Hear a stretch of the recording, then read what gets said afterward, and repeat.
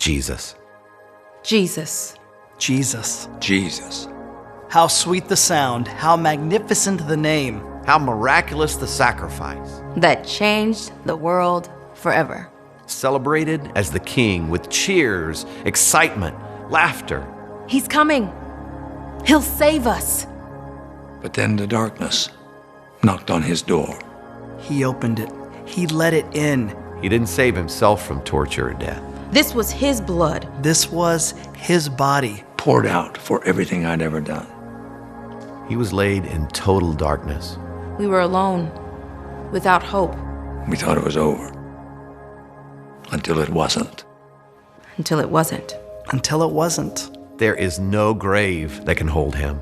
That immovable stone moved. Dark grave. Filled with light. He came back for me.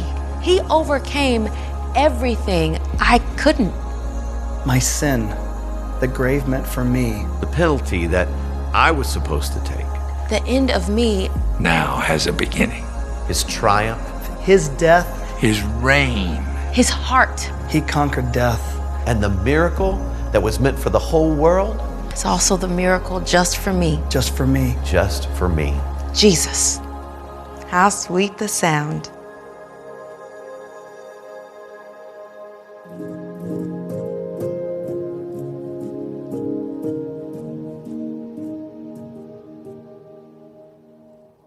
Luke chapter 22, 59 through 62.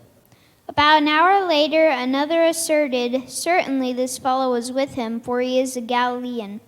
Peter replied, "Man, I don't know what you're talking about." Just as he was speaking, the rooster crowed.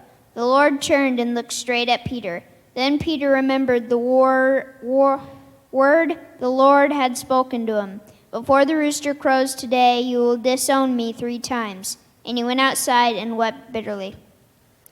Thank you, Brinkley. That's where we're going to be focusing today. We are finishing up a series on Easter on Jesus' last 24 hours before he went to the cross. We started this series a couple weeks ago, and we simply said that when Jesus recognized that there was 24 hours left and that his disciples and he were about to face something that was going to totally change their lives, totally rock their worlds, the first thing that he did was remind his disciples that they're loved. The very first thing that he did was give them this tangible piece of evidence, this tangible proof that they could hold on to, they could look at, and they could remember that when everything starts to fall apart 24 hours from now, we can remember that Jesus reminded us that we're loved. And I encourage you guys to sit down and write yourself a letter. Because at some point, we all face 24 hours where our lives get flipped upside down. And if we write ourselves a letter now while things are good and life is going well, then we can take that letter and we can put it away. And when we have 24 hours that changes our lives, we can pull that out as a tangible piece of proof that we are loved. No matter what we're going through, no matter what we're facing, there is a God that loves us, that has a plan for us, that wants us, and that thinks we're valuable. And then last week, we looked at how Peter and Jesus handled their emotions. And we said that Jesus gave us this incredibly perfect example of how we should handle our emotions when he was on the cross. He expressed his emotions. He said, "God, why are you forsaking me?" And in the midst of that, he quotes a psalm which also names some truths about God, that even when we feel lost, even when we feel like God has left us out in the dark, that he's there, he's listening, he still cares, he still loves. And so Jesus named his truth. And then he just let his emotions flow. You see, so often we try to control our emotions. We try to harness them. We try to push them down, push them away, and pretend they don't exist. And that's not what Jesus did. That's not what Peter did. Jesus and Peter expressed their emotions and then found their truth and let their emotions go. And we see that Jesus said, "All right, God, into your hands I commit my spirit." And he passed away. And last week, we looked at Peter denying Jesus. And there was this moment where Jesus turns and looks at Peter. And that's where we're focusing this week. We're focusing on that moment where Jesus turns and looks at Peter. I was in high school, and it was about this time of year, maybe a little bit further into the spring, into the summer, and my dad and I loved cutting with a chainsaw. I still love cutting with a chainsaw. My dad still does a good bit of cutting with a chainsaw, and we just had a blast when I was in high school.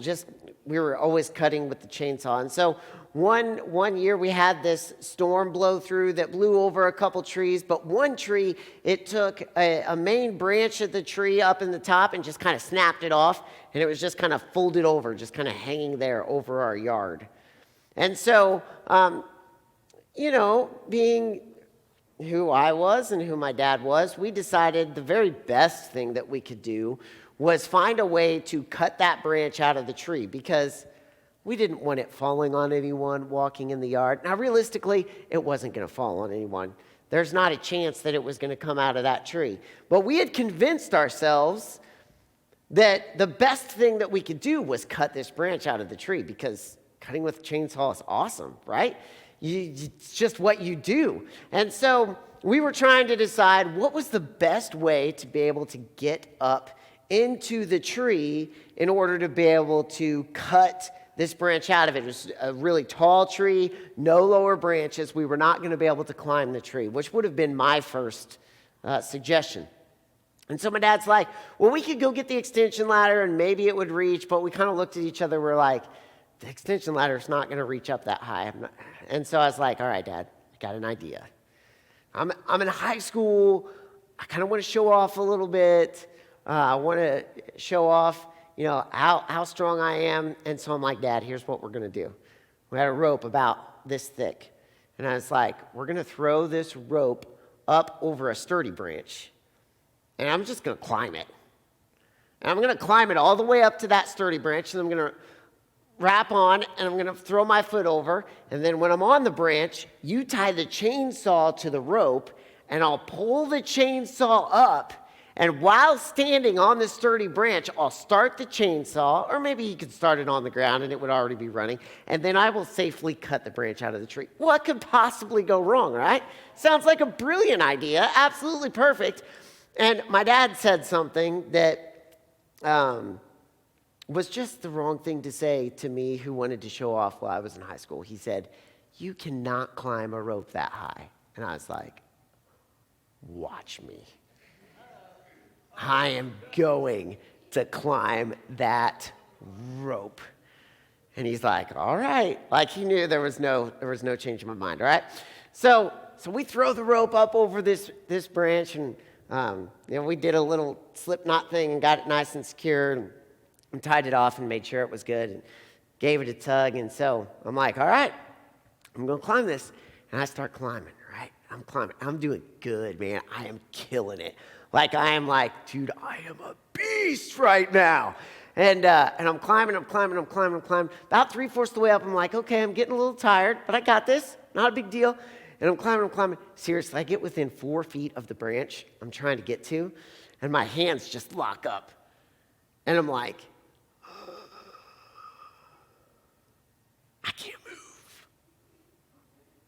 I can't move. I tried to do the whole pull yourself up and try to release my lower hand to get another grip, and I can't. And in that moment, I realized, oh no, my dad was right. And now I'm all the way up in this tree. What am I going to do? This is crazy. I have no idea what I'm going to do. Peter found himself in a very similar, albeit much more serious situation.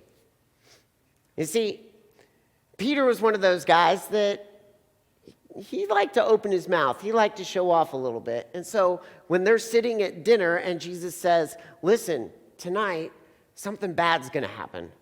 And all of you are going to run away and you're all going to leave me. Peter's the guy that stands up and he's like, nope, Jesus, I'm not leaving you. And Jesus says something similar to what my dad said to me. He says, Peter, you're going to disown me. And Peter's like, watch me. You watch me. I am going to die with you, Jesus. I'm going all the way. I'm with you 100%. I am in.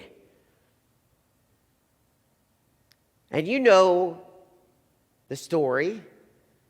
There's an arrest and people scatter and Peter follows Jesus at a distance and he gets in the courtyard. And if we look in the book of Luke chapter 22, it says this: about an hour later, Peter has already denied Jesus twice. Another asserted, certainly this fellow was with him, for he is a Galilean. And Peter replied, man, I don't know what you're talking about. And just as he was speaking, the rooster crowed. And here's where it happened. The Lord turned and looked straight at Peter.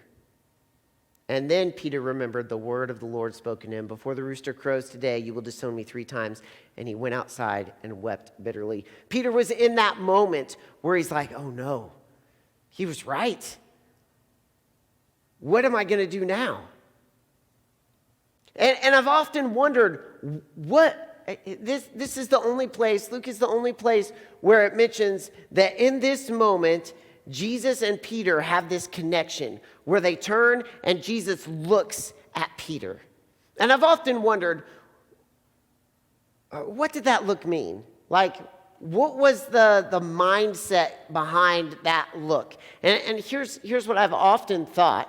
I've often thought that look meant one of 2 things. I've often thought that look meant, one, Jesus is looking at Peter saying, dude, how could you? Like, you are so proud and you are so arrogant, and I even warned you this was going to happen, and look, you did it anyway.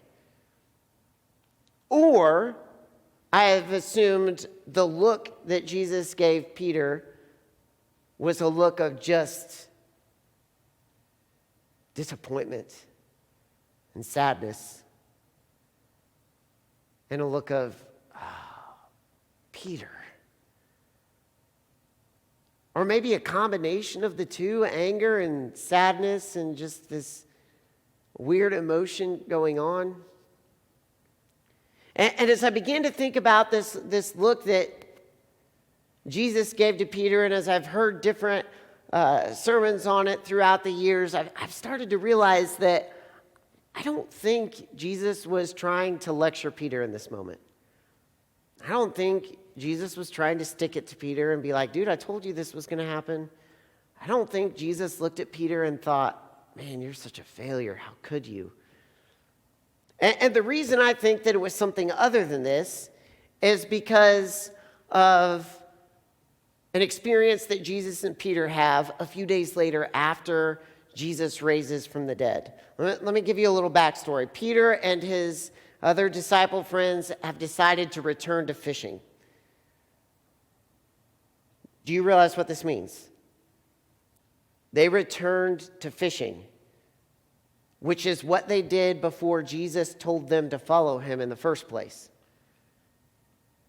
They have given up on everything that was about following Jesus. They went back to what they know, which was fishing. They've given up. They've just gone back to the life that they had before Jesus was a part of it. And so they're fishing, and they're going out and they're fishing all night long, and they catch absolutely nothing. And by morning they are exhausted and they're wet and they're tired, and they've pulled the nets in more times than they can count, and they don't have a thing. And they see this man standing up on the shore, and he says, hey, throw your net on the other side. And so they throw their nets on the other side, and all of a sudden they catch this huge amount of fish. And Peter has this realization. He says, oh my goodness, that's Jesus. And so what does Peter do? He leaves the other guys in the boat, and he jumps out of the boat and he swims to shore. And the other guys come rowing up later. And here's why I think the look that Jesus gave Peter was not a look of anger, not a look of disgust or disgrace, because Jesus, in that moment when everybody gets ashore, he doesn't lecture them. He simply says, hey, let's have breakfast. And he's sitting there, and he started a charcoal fire, and he's got some bread and some fish, and he just invites him to breakfast. And then he has this interaction with Peter. I know this is a lot, but we're going to read through it real fast. It's pretty repetitious. When they had finished breakfast, Jesus said to Simon Peter, "Simon, son of John, do you love me more than these?" And he said to him, "Yes, Lord, you know that I love you." And he said to him, "Feed my lambs." He said to him a second time, "Simon, son of John, do you love me?" And he said to him, "Yes, Lord, you know that I love you." And he said to him, "Tend my sheep." And he said to him a third time, "Simon, son of John, do you love me?" And Peter was grieved because he said to him a third time, "Do you love me?" And he said to him, "Lord, you know everything. You know that I love you." And Jesus said to him, "Feed my sheep. Truly, truly, I say to you, when you were young, you used to dress yourself and walked where you wanted. But when you are old, you will stretch out your hands, and another will dress you and carry you where you do not want to go." This he said to show him by what kind of death he was to glorify God. And after saying this, he said to him, "Follow me." Now here's what's incredible about this interaction. What's incredible about this interaction is Jesus knows what Peter is feeling. Jesus knows that Peter has given up on everything that was the life of following Jesus. He has returned to fishing. He knows the messages that Peter has fed to himself over and over and over and over the last 3 days. Maybe you've said some of these things to yourself. "I'm such a failure. I'll never get anything right. How could I do that? How could I be so horrible? What kind of person am I? I'm totally unlovable. They're never going to trust me again. He's never going to trust me again. I'm not usable. I can't be used for anything good." And Peter has said this over and over and over and over, and he's just given up. He's just gone back to fishing.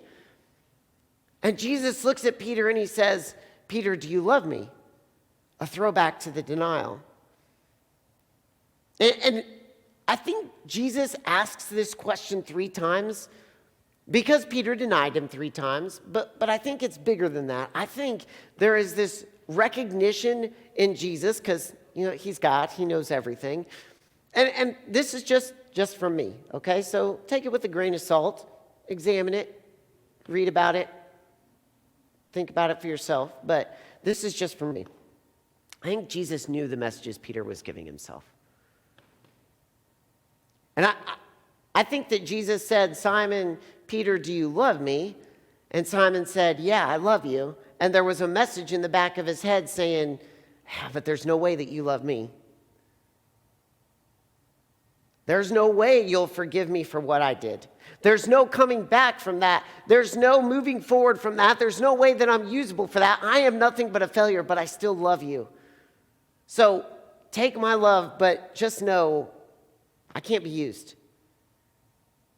And Jesus calls him to be of use. He says, "Feed my lambs."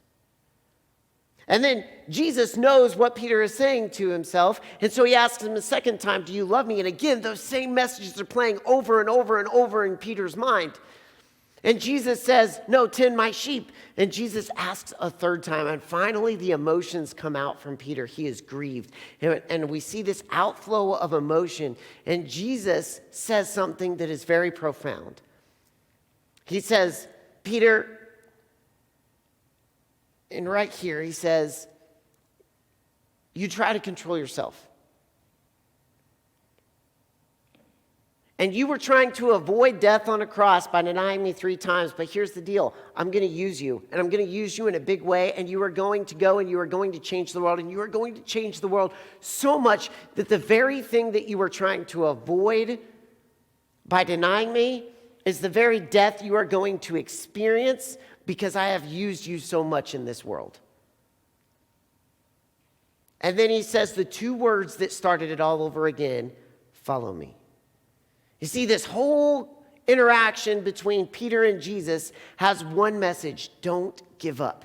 Don't give up. And I am convinced because of this interaction that when we go back to Luke and Jesus turns and looks at Peter, it's not a look of disgrace or disgust or how could you. It is a look of, "Peter, dude, I know what you're going through. I know the messages you're going to feed yourself. I still love you. Don't give up. I still want to use you. Don't give up. Don't give in to the lies that you are going to feed yourself. Don't give in to the message that Satan is going to try to send you. Don't give up. This next 24 hours is going to rock your world. Don't give up." And here's what I love about this. In Luke chapter 22, It says, not that Jesus just saw Peter. It wasn't like Jesus was standing around and Peter was standing out in front of him and Peter denied Jesus and Jesus just looked at Peter. No, Jesus was doing this. And look what it says. He turned and looked at Peter. You see, Jesus knew the torment that Peter was going to go through internally. And so while Jesus was going through his external torment, he had the cognizance and the awareness to stop and look straight at Peter.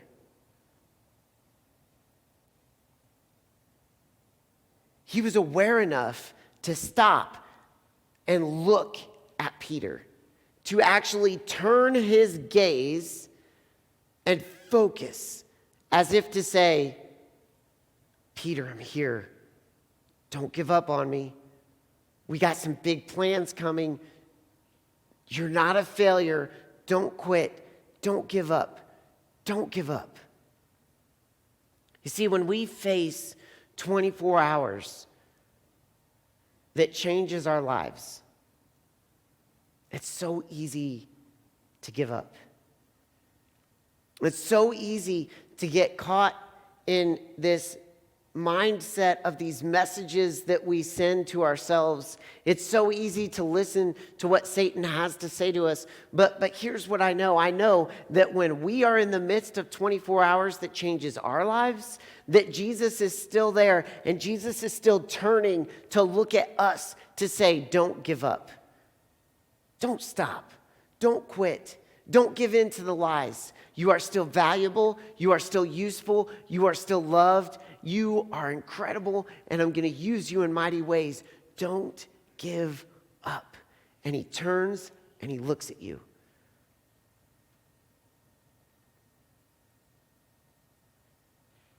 I will never forget hanging there from this rope.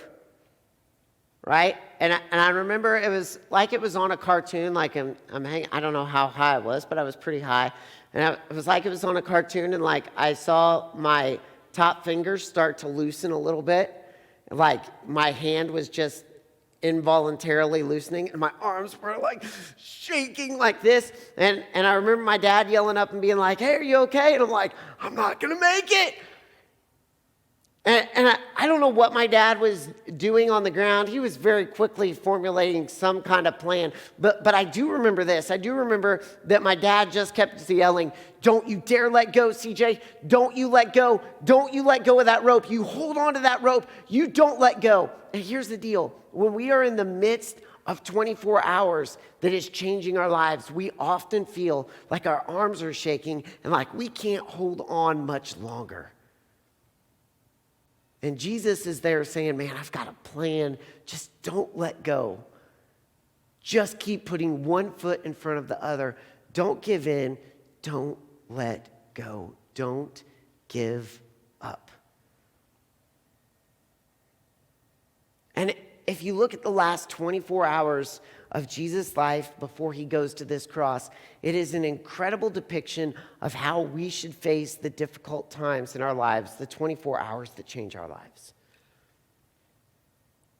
First thing he does is remind his disciples that they're loved. They're so loved.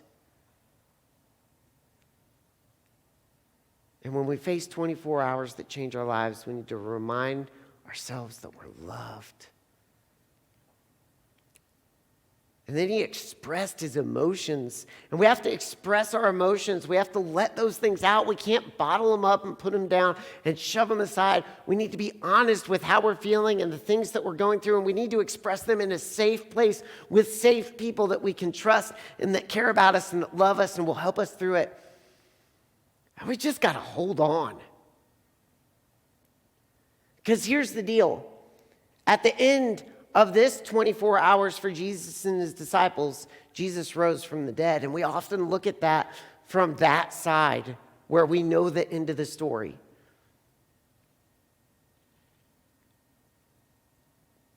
And when Jesus is looking at your life, he sees your end of the story. He sees the plans that he has for you. And he sees the things that he wants to do through your life right now and years from now.